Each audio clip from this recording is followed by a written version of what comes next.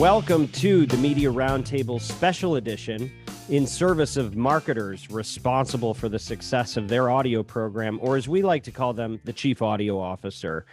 I'm your host, Dan Granger, founder and CEO of Oxford Road, and we're going to do a little history today. Here's a little history lesson on me. I have always been a bit of a nerd in terms of just loving history, going to museums and watching every biopic I can get my hands on. And I watch documentaries for fun. And when I got out of college, I worked for a company called Greystone Television that made History Channel documentaries, because I thought that would be a cool way to blend my passion with a profession. But what I found out was, as a PA and as a researcher, I was actually spending very little time learning about history and a lot of time in LA traffic running tapes around. And the day I realized I needed to switch industries was when I was supposed to get out of my car and go to a shoot for a documentary we were doing on terror tech at the time. And I didn't want to get out of the car because I was really captivated by what I was listening to on the radio and the spoken word as a platform. And it was then that I realized that I wanted to go into this new field, this new canvas that is all conversation and the spoken word. And, you know, one of the challenges whenever you start a business is, you know, you do something because you're into it or you're good at it. And then you find out running a business often has little to do with the passion that got you there. But I am so passionate about the content we are talking about today. And if you had to say to me, like, hey, you're stuck on a desert island and you only get to listen to one publisher and their content for the rest of your life, who would it be? It would probably be that which is produced by our guest today. And that is the one and only Lindsey Graham. Not that Lindsey Graham we always have to say, but he is the CEO and founder of Airship, a podcast publishing company. He is Webby Award-winning and Ambie-nominated. He hosts podcasts that you might have heard of, like American Scandal, American History Tellers, American Elections, Wicked Games, Business Movers, and he's got some new stuff happening that he's going to tell us all about. It is his second time on this show. Last history lesson, we had him on in 2021 when he was only reaching tens of millions of listeners with his content. Now it's hundreds of millions of listeners. So Lindsey, welcome back to the Media Roundtable podcast. Thank you so much. Yeah, sadly, I'm not the one and only Lindsey Graham. That has caused confusion in the past. You're the only one that matters to me. And apparently hundreds of millions feel that way. So we're glad to have you back here. Congrats on all the success that you've had.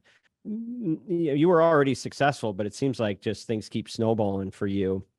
And, you know, you have the rare position of not just being, you're not just a pretty face, you are talent, but you also produce and create so much of the content that you're involved with. And so there's a lot of great stuff for us to catch up on.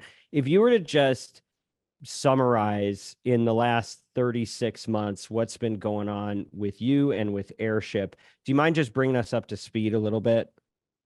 Yeah, sure. So that's pretty much the post-pandemic era, right? So we survived, and I built more shows. That's what I do. So I believe Business Movers kind of came out. That's a Wondery history of business show that replaced a show that had run its course, my American Elections Wicked Game.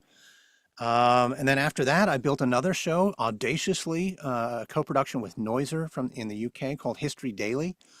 So that's 6 episodes a week, and that's been running for 3 years now. And I apparently didn't have enough of that, so I have put out 2 completely independent shows, a little kind of fun history comedy quiz show called QEZ, but probably more interestingly is American Criminal, the first show that's not only, you know, a full always-on narrated history show, but in the true crime space, and it's not narrated by me. So kind of a big. How does that feel? Great. Actually. Well, I really only have so much room in my larynx during the day. And if my company was to grow at all, I knew that it would have to be literally including other voices. Now, So this is the first step in that direction.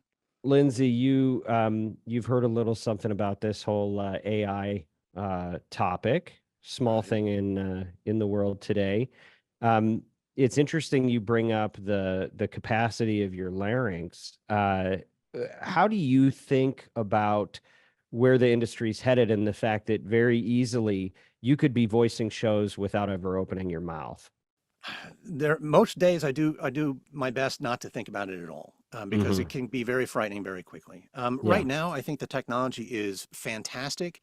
I've cloned my voice and listened back, and it is definitely sounds like me having a bad day. Um, like the performance isn't there, but it will be, and Yeah, give it a couple if weeks, right? right, exactly. Um, but one thing that I do, and probably most actual humans do in their work, is interpret the material. It's not a verbatim script. I'm the final editor. I put a spin on it. I rewrite and reorganize and do so much work that could not be done with an AI cloned voice. So, I mean, there would be a large portion of it missed, and I can't think of, we would be saving my larynx, but not. I'd have to hire another person to do all the editing, and that would probably be me anyway. So, I don't know if it saves me any time. So it's not so much of an ethical thing at this point as much as it is just you haven't seen the value be as commensurate as advertised. Well, I mean, I think there's an ethical problem. My use of a AI cloned voice of me, that's pretty ethical. Someone Yeah. else's use of an AI cloned me is a different question altogether, and that's frightening. I mean, there's hours and hours of my voice naked on the internet right now that you can train a model with. Yeah. Someone could do it without my permission. That's super frightening. Um, but if I think about it in the real workflow, no, I don't see yet that it'll help enormously. I mean, maybe some pickups.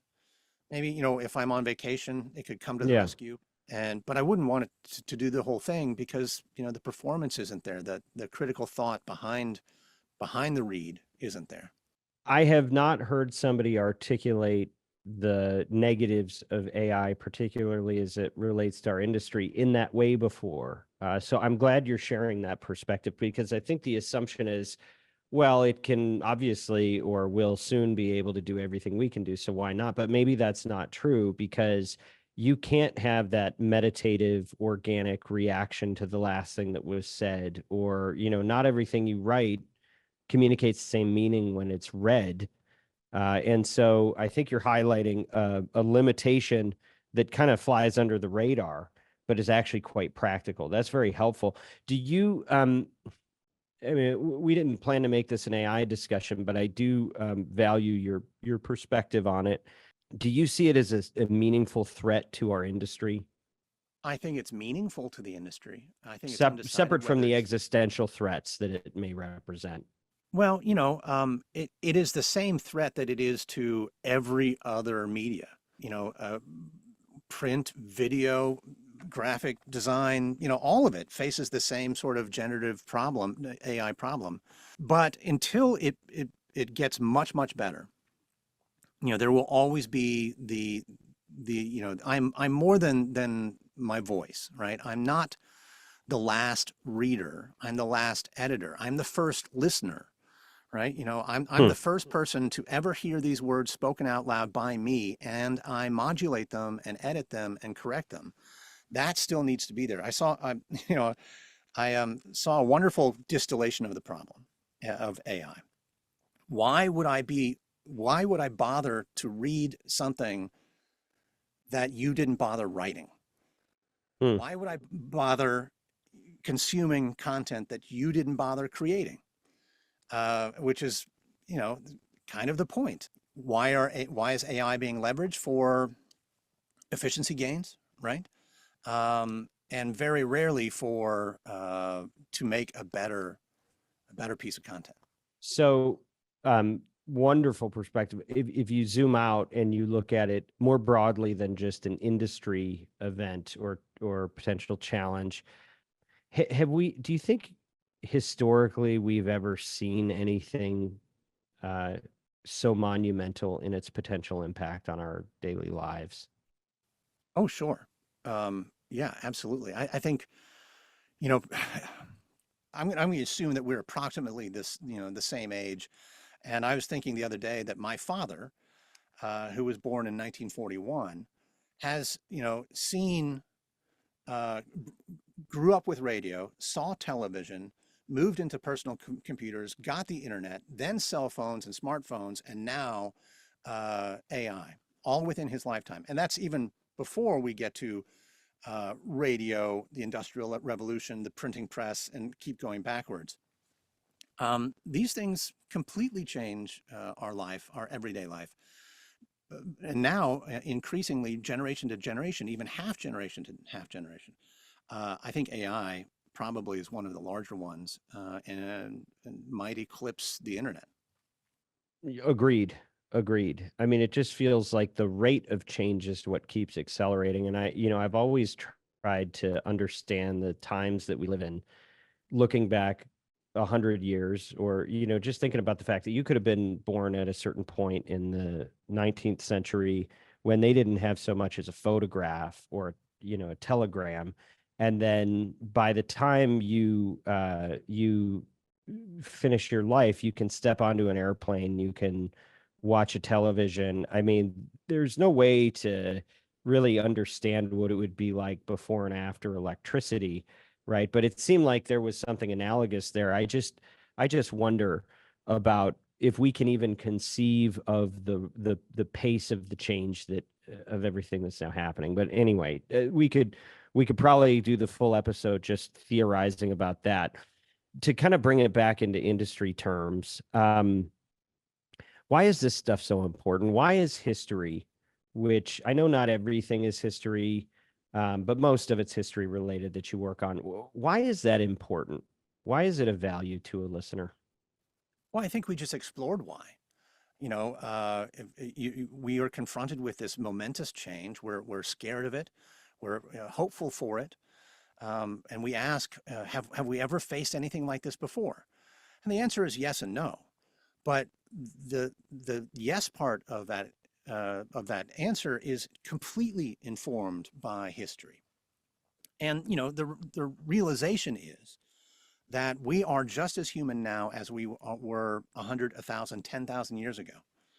And so, we as this wet bag of machinery, of organic machinery, hasn't really changed. The world around us sure has. So we react in very similar ways to we did to TV, radio, the printing press. This is why history is important, because history is human. We look at how things changed. We learn from a macro and micro perspective how lives and economies and countries and governments and ideas have been shaped by the change we undergo. So yeah, I mean, when we think of AI, it is a forward and a backward looking question. What's going to happen? We don't know. Have we ever not known before? Well, every day of our history, we've not known. So there's the lesson. And when you think about just the industry that we work in the last few years, what are the big, someday we might think of it historic just in our little world. What are some of the big changes you see happening besides AI in our field? Well, I think it is mostly probably technologically driven. Certainly the dawn of podcasting, the serial moment, right? You coincided with smartphones and Bluetooth in cars, right? I think we can point to that technology as a breaking point for podcasting. I mean, nothing. I mean, we'll get letters for this, but nothing really happened between 2005 and 2015 in terms of the broader industry. Right. Then we had dynamic insertion, right? And programmatic marketplaces, which changed the character and the monetization of the industry. We also had, our little industry blip where we had probably the professionalization and the overabundance or exuberance of investment in the space. That's probably par for the course for any growing industry. We might be seeing it in AI right now, for instance. But yeah, we've grown a lot as an industry since just 2015, certainly since 2020. And most of it has to do with figuring out the real industry. Like, what are the roles and responsibilities? Who's doing this well? How do you do it well? What is monetization? Is this the limit to monetization? Media is increasingly a fragmented and dangerous place to play in, but an essential one, and one that most people consume every day. Okay, pop quiz. Have you ever heard of these companies? Shopify, Bayer, Oracle, Indeed, Masterclass, Babbel, Tommy John. We could go on. I don't just host the Media Roundtable podcast, but I have the good fortune of being the CEO of a company called Oxford Road, where we are the world's leading independently owned and operated agency specializing in audio. Think podcasts, radio, and streaming. And what that means is that we get to help great companies worth fighting for, grow with audio advertising, whether it's podcasts, radio, or streaming, and all its various tentacles. This includes media planning and buying. We do analytics, attribution, and insights. We also have a special way that we deal with creative and copy generation. It's our own proprietary process called Audiolytics that allows us to score ads for their persuasiveness. Bottom line is, we don't just work here. Audio is our passion, and we want to lead this industry to new heights beyond what we've ever seen so far. That's why we've been leading the industry in brand safety and suitability, and actually bringing you solutions to market so that you can evaluate the way that you get placed in a show so that it matches up with your values, in addition to avoiding the things that might be problematic for your brand. If you're a chief audio officer and you're looking to get best in market performance at maximum viable scale, do get in touch with us at oxfordroad.com. Or if you love audio and are strategic, relentless, and looking for a career change, consider joining our mission as a fellow agent of influence. Just flip us your resume through oxfordroad.com. And if you're working anywhere in the audio industry and you're serious about this business, make sure you go to oxfordroad.com, easy to spell. Sign up for our free newsletter, The Influencer, at oxfordroad.com. And make sure you mention that you heard about us on the Media Roundtable podcast.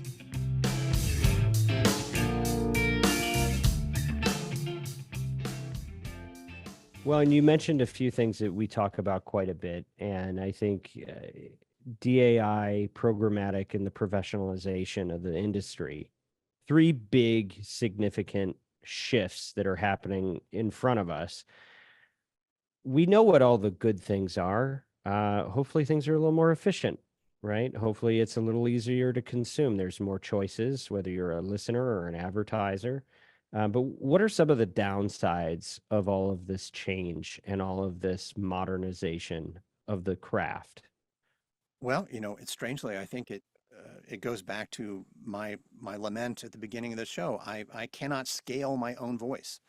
Right. And, while programmatic marketplaces and DAI insertion of ads means that we have more access to more advertisers at a greater velocity, it does also mean that what we all acknowledge is the real power of podcasts, the intimacy with the host, is diluted. These days, it was just 4 years ago that every single ad on my shows was read by me. Now it's probably 25%, right? And maybe more, but around there. That's a qualitative difference, I think, in the feel of the show.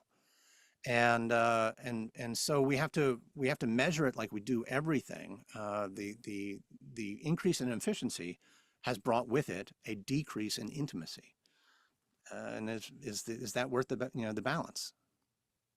I think that from a monetary standpoint, it's not, and the marketplace doesn't know it yet. And maybe it's incumbent of me and those who feel this way to demonstrate that, with a financial projection or something. But I actually think that the efficiency gains that we're realizing as we depersonalize it, as it's less about one person calling another, working directly with a host to build a relationship, get them to trust a product so they can effectively advocate authentically for that product.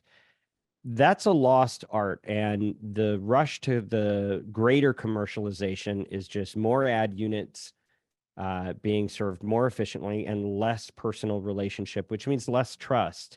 And I think the value of an impression, you could have the same number of impressions on a show, but the value of the impression that Lindsey Graham talks authentically about something that he uses personally and has conviction in, versus anything that I'm going to be able to say about my own product and then shove it into your show as the third break in a set. They may get the same number of impressions, but there are multiples in difference of the impact of that impression. And so I think if you set aside the nostalgia of it all and just don't you wish we could go back to the old days where it was all, everything was personal and, a little bit more organic. I do believe there's a commercial miss because I think the marketplace is over course corrected. And instead of like carving out lanes and having limits on each of those lanes, we knew it was going to have to resemble radio to some extent, with a hybrid of produced ads and live ads. But I think that all of the infrastructure is kind of going towards the less personal version of that. And I think our best outcome is a both and world. I would love for you to react to that. Well, I agree. I mean, like, I'm the beneficiary of these efficiency gains. I spend less time writing and reading ads these days, but my overall incoming revenue is, doing okay. I'm not taking a hit because I'm reading less ads. But at the same time, and it's not just, the mythical personal connection with the brand, the authenticity, which I agree with. But also there is just a familiarity. There's a tonal, consonance that a host read ad has, because it's so different from a music bedded sound effect, very smiley voiceover artist, commercial radio style ad. It's like expecting to, I'm trying to come up with a metaphor, but expecting to hop in a car and find yourself on a horse. They both go in different directions and have different things, but the experience of riding one is so different. So yeah, I might agree with you that there is an overcorrection to the efficiency of the marketplace, to the scale.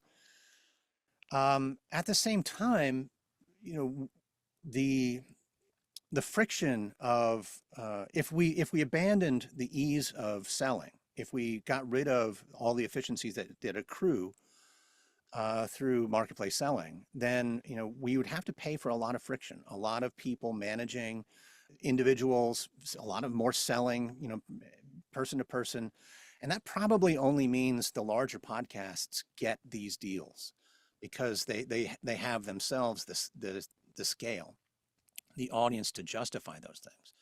So I worry that there's one of the great things about podcasting is it's DIY spirit and it's egalitarian nature, that without a sufficient and healthy marketplace monetization solution, that a lot of the smaller shows would lose out.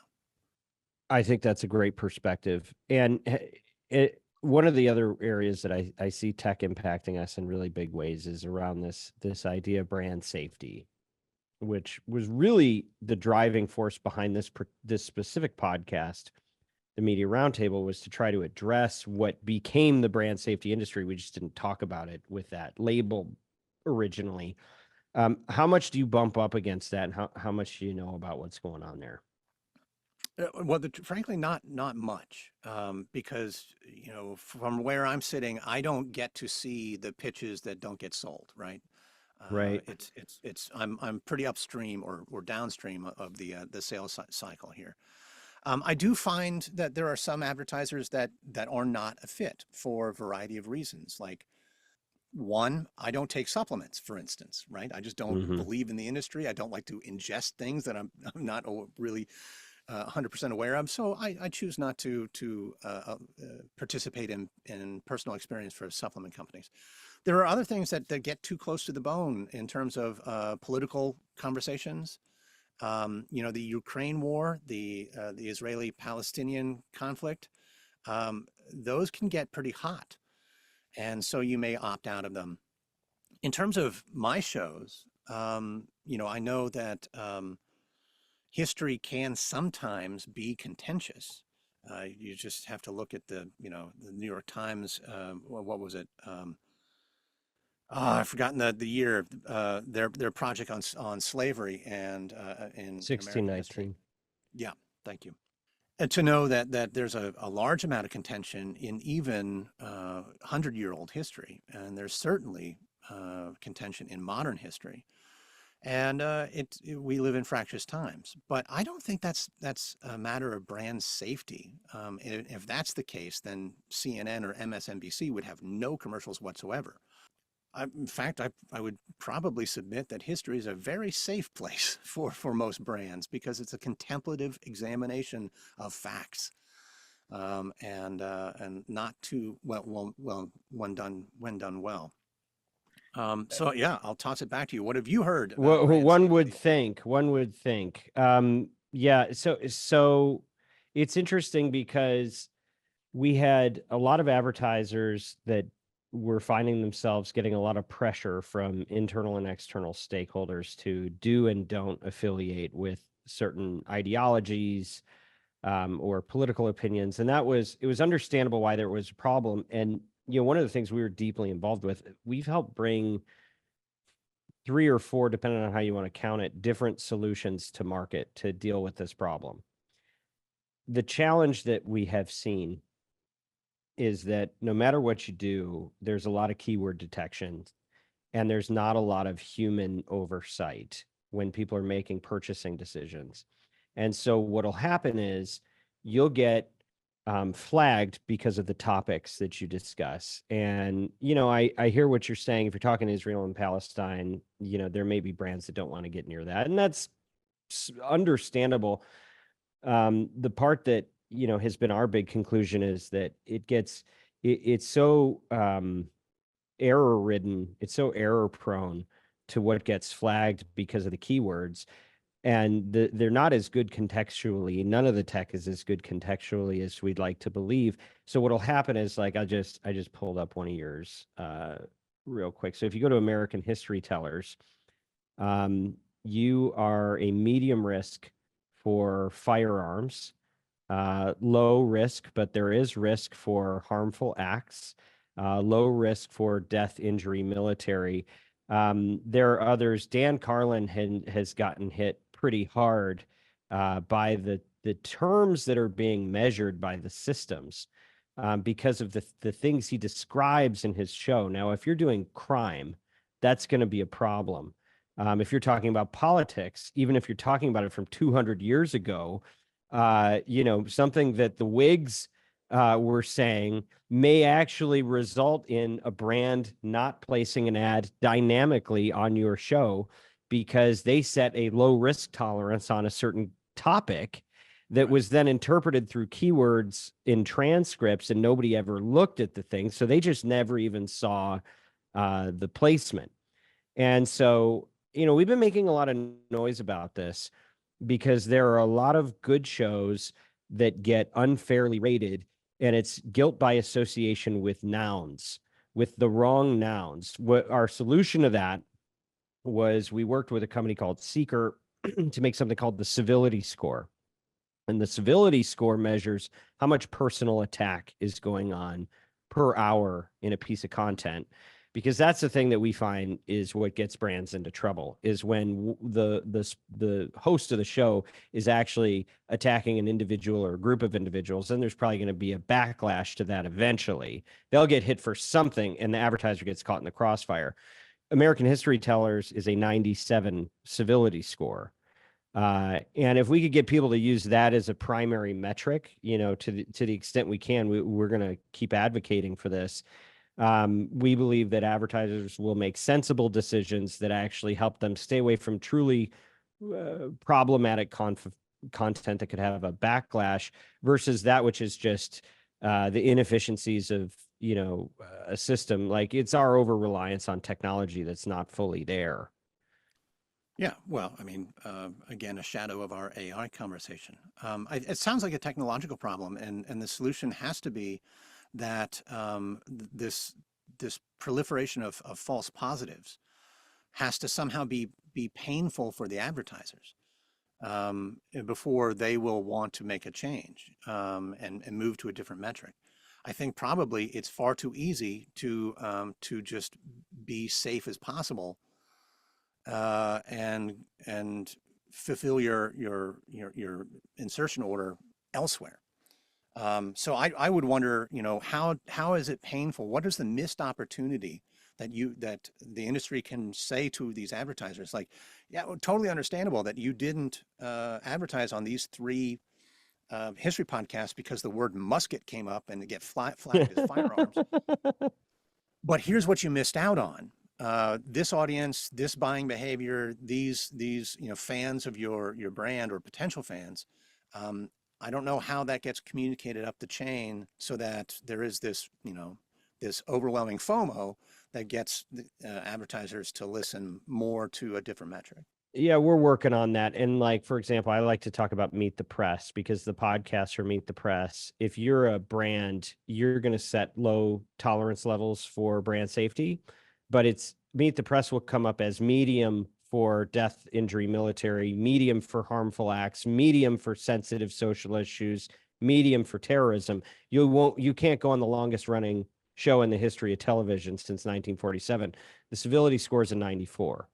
So we believe that technology can actually help solve a lot of this. But I actually think there's a human problem that is greater than the technical problem, which is that we don't even know what questions to ask. And the questions that we've kind of agreed on are these GARM framework categories that force you into measuring things that aren't actually helpful, even though they start with the right intentions. And, like your History Daily has a 99 civility score, but medium harmful acts. Yep. And because throughout history, people have killed themselves and others. Right, exactly. So, I think part of the macro message here may be that there's a lot of great things happening in this stage of our history as an industry and just as a people. But there's a lot of easy to miss problems that are costing people a lot of money commercially. But the bigger problem, I think, the societal problem is if you end up defunding support from advertisers for the most important conversation topics in the world, then how do you have an informed populace? And if you can't afford to pay a subscription for something, ad supported is the only way you're going to get your information. And so I do think there's a kind of a greater issue at stake here. And we know the news business has been challenged. And I suspect history is not exactly getting the market share that it should relative to its value as a result of some of these issues as well. Yeah, it's a good point. I don't know that well, it's akin to the kind of disadvantage, the handicap that that a lack of programmatic advertising would place on smaller shows. Yeah, I have no solutions for you, Dan. I'm No, glad you don't working on have it. to. All you got to do is just be aware of the issue and keep doing what you're doing. I know we only have a little bit of time left. I do want to hear about the newer shows that you've been producing. So, and by the way, QEZ. That was a whole new format for you. That was a very different vibe. What did you learn from that production? That it's a lot harder than I imagined. Is it I mean, really? frankly, Why? the writing and research. I mean, it's a completely different show. The setup is this. It's a history trivia show, and my panelist contestants are three comedians, and I will ask them questions, and they will either have to give me the right answer or give me an answer that is so fake and compelling that it fools the other contestants into thinking that it's correct. So it's kind of like the game Balderdash. And it turns out that writing short, pithy, clever questions that elicit good responses is an art, and we're still figuring out how to do it well. Do you Um, use AI for that ever? I did today. I tell you what, because I wrote a question that I liked, but it was too long, so I needed to cut it down almost by a third. And so I asked Claude, Auphonics Claude, not Auphonic, Anthropic's Claude, to give me three suggestions of shorter versions of the question. It did an okay job, but what it did is prompt me into a better place where I managed it on my own. I took the melange of ideas. But yeah, it's super fun for me. I'm no longer scripted. I have to react in real time to real personalities and try and keep the ball going up in the air at all times. Just it's a game of segues for me. And so it's been a lot of fun, completely different from everything else we do. And then American Criminal, as I mentioned before, is very similar to what we do in format. It's a 45-minute narrative history show about criminals in American history, and narrated by a friend of mine who was a great voice actor and appeared in our audio drama 1865. So that's going really well. I don't mean to ask this as a political jab, truly, but when you think about the news last week with Trump getting a guilty verdict, do you feel like you have a responsibility to include that in your content? And if so, which one do you put him on? Do you put him on American Criminal? Where Oh, do you? well, I guess, I mean, that could fit the You bill. got a few But different shows that could work for that one. the good news about my shows is they are history shows. They're not current event shows. So we have to wait a few years before, really we've got the body of literature behind it. The Trump convictions will absolutely go in a refreshed episode of American Elections Wicked Game. We've Hmm. been re-releasing that over the past 56 weeks or whatever, ahead of the election day, November 5th. And so this will be part and parcel of the newest episode that we obviously haven't written yet. Well, and as you think about this election cycle, they always say to us, this is future democracy and the most important election in history. What do you think? Is it as important as stated? I think there's a lot of fatigue, and people are kind of like rolling their eyes a little bit at this point, and we're all just kind of holding our breath and waiting for a new era, wherever you sit. But what do Yeah. you think? What are we in for in the next 6 months? Well, I don't know if I can answer that. But I mean, the entire point of that podcast I mentioned, American Elections Wicked Game, was to go back to the very first presidential election and every one since, and investigate whether there was a good old days of politics. That we wring our hands and moan today, oh, it's so bad. Well, was it ever good? And the answer is no. I mean, sometimes it was neutral, but it was never good. I mean, we did horrible things to each other all the time. Every single election, probably except for the first one, which was unanimous, behind George Washington, had some horrible backstabbing and skullduggery going on. Some were more consequential than others. Certainly, one or two of them provoked, real and serious political, considerations like a civil war.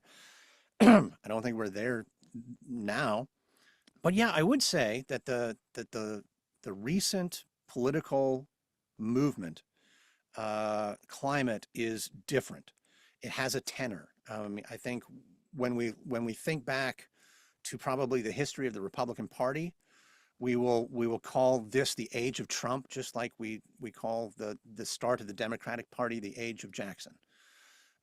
It is a foundational or certainly a significant change in the policy apparatus and complexion of the Republican Party that we'll have to reckon with in the history books. Agreed. Final question before we let you go, Lindsay.